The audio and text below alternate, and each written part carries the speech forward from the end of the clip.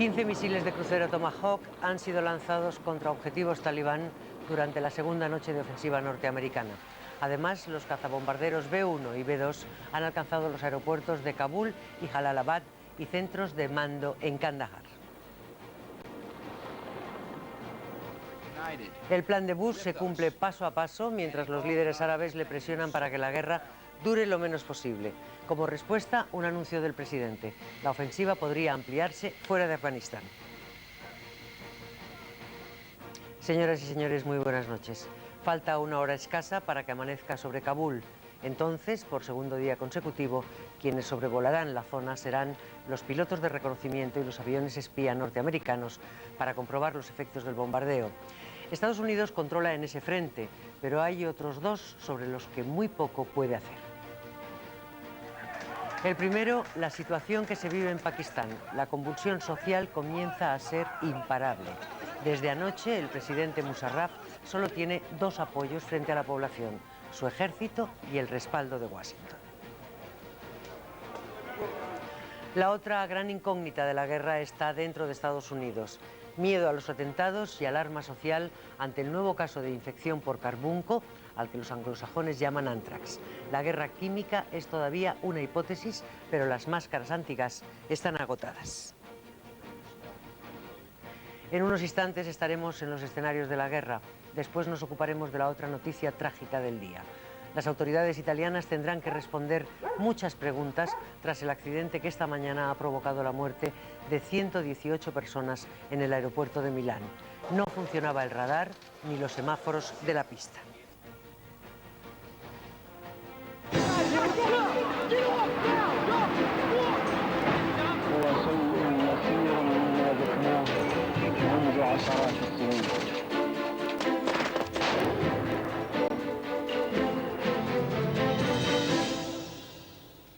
Los nombres de los objetivos de esta noche ya nos empiezan a sonar a todos: Jalalabad, Mazar-i-Sharif, Kandahar y la capital, Kabul.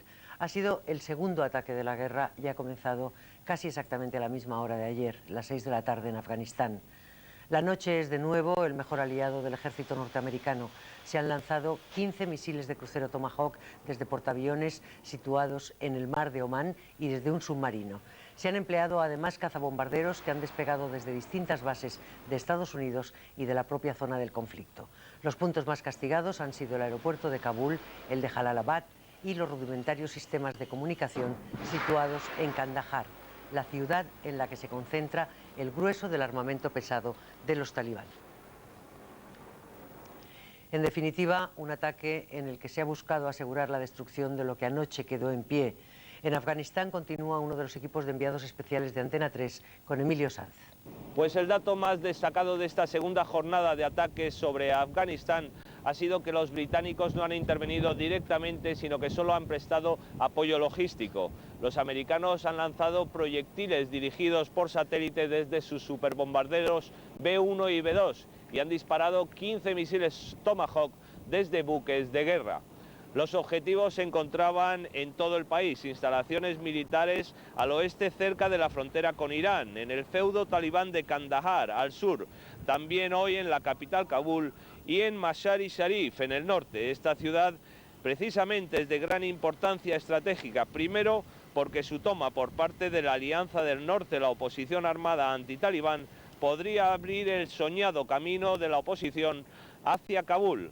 Y segundo, porque es la guarnición talibán más próxima a la exrepública soviética de Uzbekistán, donde se encuentran desplegados los soldados de infantería estadounidenses. La guerrilla que lucha contra el régimen de Kabul asegura haber destruido igualmente una base talibán en Mazar-i-Sharif, aprovechando el paraguas de los bombardeos americanos. En todo caso, el Pentágono aplica un plan cuya primera fase consiste en incomunicar a los talibán. Con los centros de mando y de transmisiones destruidos, la ofensiva terrestre y la búsqueda de Bin Laden tendrá más garantías de llegar a buen término. Pero pocas noticias fiables detienen del éxito de los ataques. Todo depende de si informa Washington o si informa Kabul. Hoy volvían a llover misiles de crucero Tomahawk sobre Kabul. Eran las 6 de la tarde.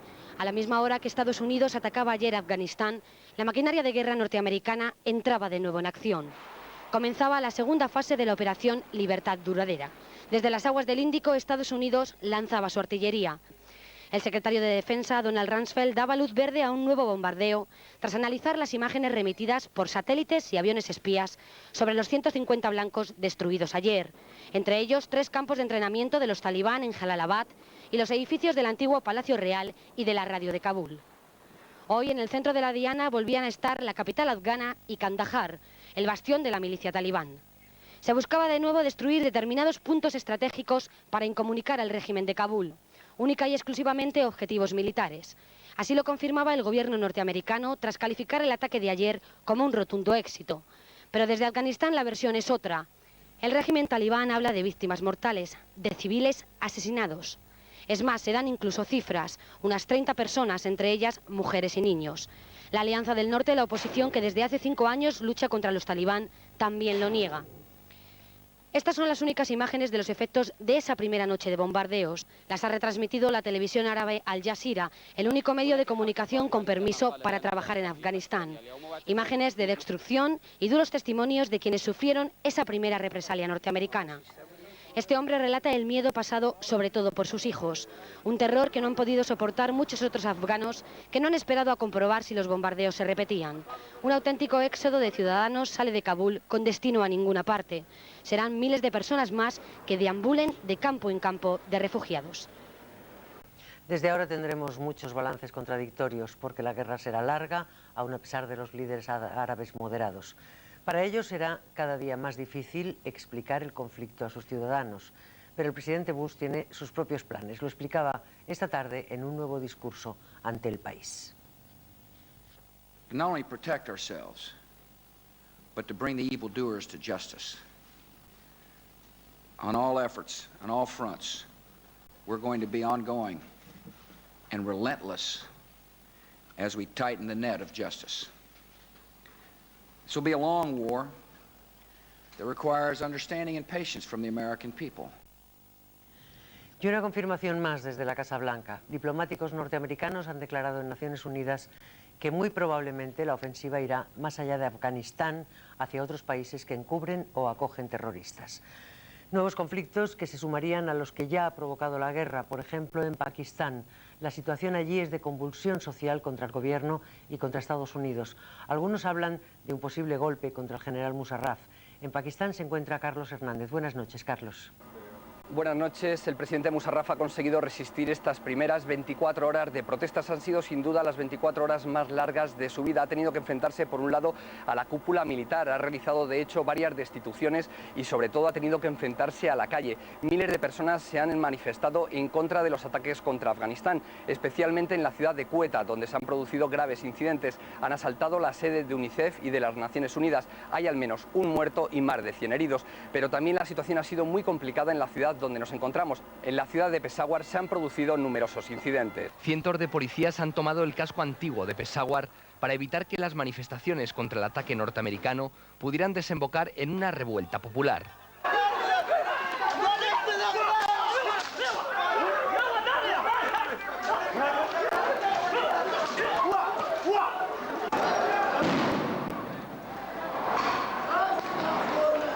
Pero los manifestantes no se han amedrentado, todos ellos son seguidores de la Jamiat Ulma-Islam, el tercer partido político de Pakistán que apoya al régimen talibán y mantiene estrecho contacto con el propio Osama Bin Laden. Y en medio de la violencia, un gesto de distensión. Esta tarde ha cruzado la frontera entre Afganistán y Pakistán la periodista británica Yvonne Ridley, detenida y encarcelada por el régimen talibán tras entrar ilegalmente en el país hace 10 días. A su llegada a la ciudad pakistaní de Peshawar, Ridley ha asegurado que durante su detención fue tratada con respeto y cortesía. A estas horas se encuentra camino de Islamabad, desde donde emprenderá viaje de regreso a Londres. Su liberación se produjo el domingo, pero los bombardeos sobre Afganistán retrasaron su salida del país. Los ataques contra Afganistán han provocado una difícil situación en los territorios palestinos. Mientras Arafat y su gobierno se empeñan en mantenerse al margen de cualquier acción de apoyo al radicalismo islámico, en las calles parte de sus ciudadanos se manifiestan contra Estados Unidos. Hoy la policía palestina ha disparado contra sus propios compatriotas en Gaza. Lo que más temor producía a los gobiernos árabes en esta crisis se ha vivido hoy en Gaza. Un enfrentamiento entre la población civil contraria a la coalición internacional y la propia policía palestina. Hacia el mediodía, desde las universidades, miles de estudiantes a los que se sumaron miembros de Hamas y de la Yihad y otros grupos radicales iniciaron una marcha de protesta que la policía intentó cortar violentamente. 8 horas después, cuando por fin se calmó la situación, al menos 3 palestinos habían muerto y cerca de un centenar estaban heridos. A esa hora, bien entrada la noche, una comisaría de policía se encontraba ardiendo. Nunca antes se había producido un enfrentamiento civil de esta clase en Palestina. La reacción del gobierno de Arafat ha sido cerrar las escuelas y las universidades de manera indefinida. Pero no solo las escuelas, la ciudad también ha sido cerrada para los extranjeros. La policía palestina ha cortado todos los accesos a la franja de Gaza. Arafat, además, desde el Cairo, ha amenazado con encarcelar a todos los palestinos que intenten romper el alto el fuego. En estos momentos Gaza tampoco está tranquila. 2 palestinos más han muerto en las últimas horas y otro ha resultado gravemente herido, pero esta vez en enfrentamientos con el ejército israelí, enfrentamientos que a estas horas continúan. En Estados Unidos, donde la psicosis de atentados se mantiene desde los ataques del 11 de septiembre, preocupan especialmente 2 casos de carbunco aparecidos en Florida. Se trata de una enfermedad mortal provocada por una bacteria llamada anthrax que podría ser utilizada en caso de ataque bacteriológico. Como precaución, el gobierno norteamericano ha prohibido que los expertos en la enfermedad salgan del país. El viernes murió la primera persona, un fotógrafo del diario The Sun. Hoy se ha sabido que un compañero suyo, cuya identidad no ha sido facilitada, también está hospitalizado. Como medida de precaución, las autoridades han ordenado el cierre del edificio en el que trabajaban. Otras 8 personas están siendo tratadas de afecciones pulmonares, al parecer después de haber recibido un sobre con polvos blancos cuyo contenido no se ha determinado aún. La seguridad se ha convertido en la obsesión nacional de Estados Unidos. El FBI ha decretado el estado de máxima alerta y se han extremado las precauciones en los medios de transporte, en las empresas de suministros y en cualquier edificio que pudiera convertirse en objetivo terrorista. Además, se ha pedido la ayuda de 5 aviones de la OTAN que controlarán el espacio aéreo de Estados Unidos desde el aire. Alerta máxima. Nada semejante desde la Segunda Guerra Mundial. El fiscal general de los Estados Unidos, John Ashcroft, lanzaba hoy este mensaje a la población. La posibilidad de que se produzcan represalias del 100% según los responsables de los servicios de inteligencia norteamericanos atemoriza al país.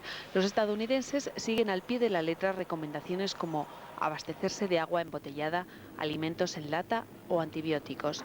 Los aeropuertos, las estaciones de tren, los accesos por mar e incluso carretera están literalmente tomados por el ejército. Alerta también en los depósitos de agua, las centrales eléctricas y nucleares. Las autoridades exigirán informes e historiales de cada una de las personas que ejerzan un mínimo de responsabilidad en estas empresas. Las principales ciudades del país están prácticamente blindadas. En Washington, decenas de policías inspeccionan y vigilan cada esquina y cada calle cercana a un edificio oficial. Como medida de precaución, el vicepresidente Cheney ha sido trasladado a un lugar seguro y secreto, mientras George Bush permanece en la Casa Blanca. El temor a un acto terrorista contra intereses norteamericanos implica también medidas de extrema seguridad en el resto del mundo. Llegar a los Estados Unidos es casi un reto. En Barajas, por ejemplo, los pasajeros deben presentarse en el aeropuerto con por lo menos 4 horas de antelación. El equipaje pasa por un radar molecular que detecta con gran fiabilidad explosivos, armas u objetos ocultos. En las tiendas de los aeropuertos está prohibida la venta de objetos punzantes y los cubiertos, incluso en preferente, son de plástico. Las bases militares de Morón y Rota también están alerta. Hoy se ha notado un incremento del tráfico aéreo. En Rota se han aprovisionado buques y han despegado aviones de combate. Por Morón han pasado aviones cisterna que surtirán en vuelo a los cazabombarderos. A últimas horas de la noche ha despegado un avión modelo Galaxy. En total, 500 soldados españoles participan en el dispositivo de la OTAN. 40 destinados en el sistema de alerta temprana, que trabaja con los aviones radar AWACS, y el resto en las 2 fragatas que forman parte de la flota permanente de la OTAN, que se encarga de vigilar el Mediterráneo oriental.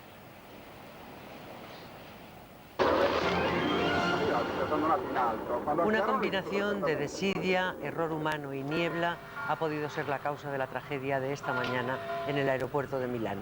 Un avión de pasajeros que había iniciado el despegue ha chocado contra una avioneta privada que invadió la pista. Al menos 118 personas han muerto. Según las primeras investigaciones, el piloto de la avioneta se saltó 2 semáforos en rojo antes de llegar a la pista en la que colisionó con el avión de pasajeros, sin que el controlador aéreo que supervisaba las operaciones pudiera hacer nada para impedirlo. La niebla impedía la visión directa y el radar de tierra del aeropuerto no funcionaba desde hacía 2 años. Eran alrededor de las 8:15 de la mañana cuando una densa niebla cubría las pistas del aeropuerto de Linate, en Milán. Un avión de pasajeros de una compañía aérea escandinava estaba en fase de despegue cuando una avioneta se cruzó en su camino y no la pudo esquivar. Tras el impacto, el avión se salió de la pista, giró 45 grados y chocó contra uno de los almacenes de equipajes. Se produjeron varias explosiones y un incendio. 118 personas han muerto, los pasajeros del avión, incluidos los 6 miembros de la tripulación, los 4 viajeros